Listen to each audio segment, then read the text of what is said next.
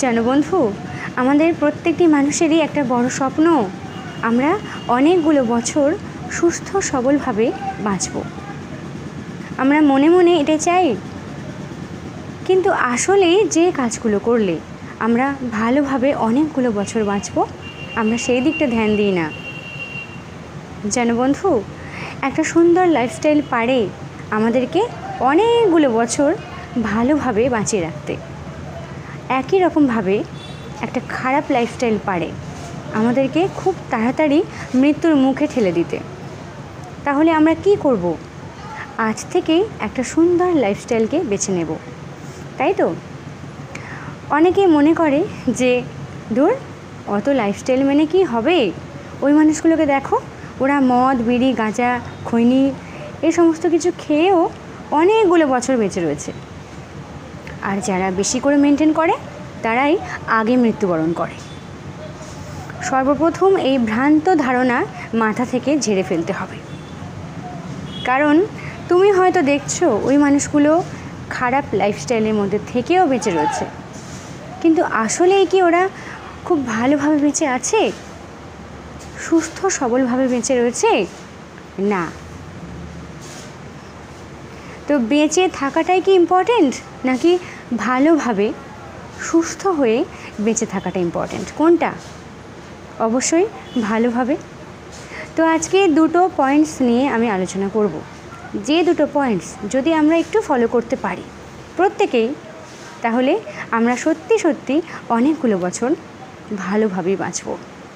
বাকিটা তো ভগবানের হাতে, সবটুকু ঈশ্বরের হাতে ছেড়ে দিলে চলবে?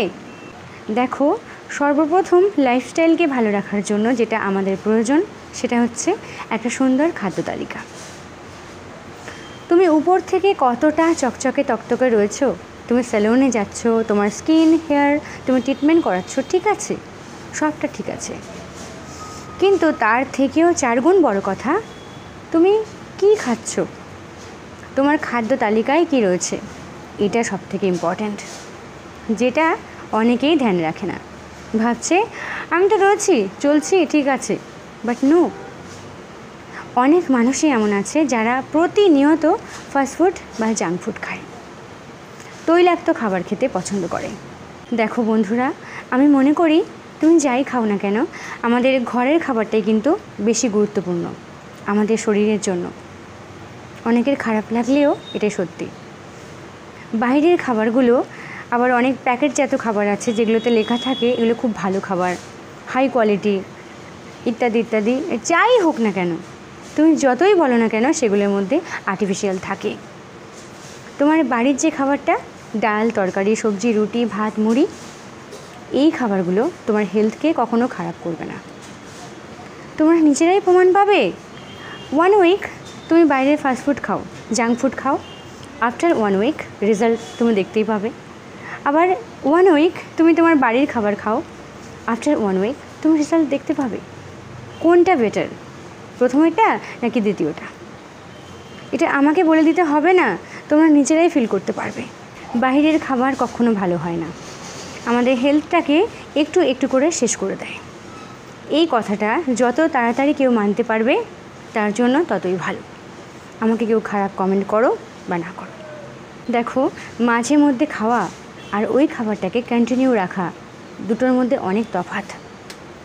পরিস্থিতি অনুযায়ী আমাদেরকে একটু খেয়ে নিতে হয়, সেটা ঠিক আছে, কিন্তু অনেকে আছে প্রতিনিয়ত জাঙ্ক ফুড, ফাস্টফুড, বাইরের খাবার খায়। এটাকে ত্যাগ করতে না পারলে হেলথকে ভালো রাখার কোনো মানেই হয় না।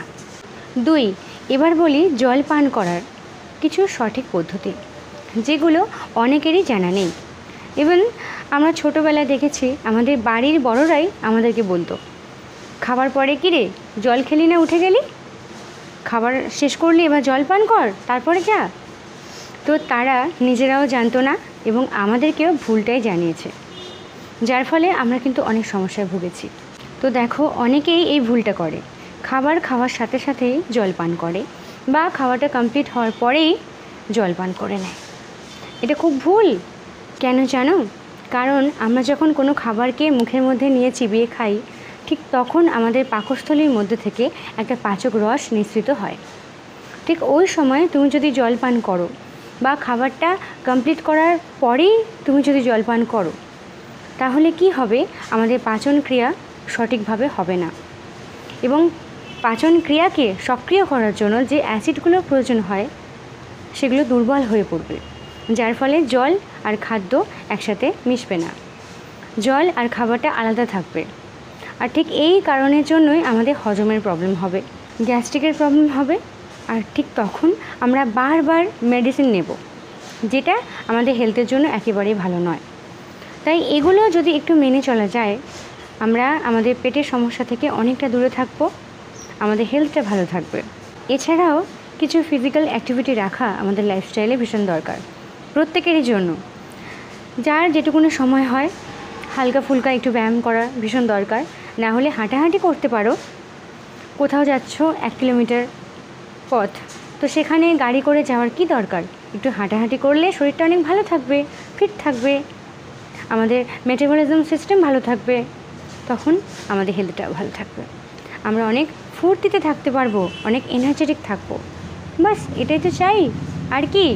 তো এগুলো আপাতত ফলো করো, দেখবে অনেকটা ভালো লাগবে।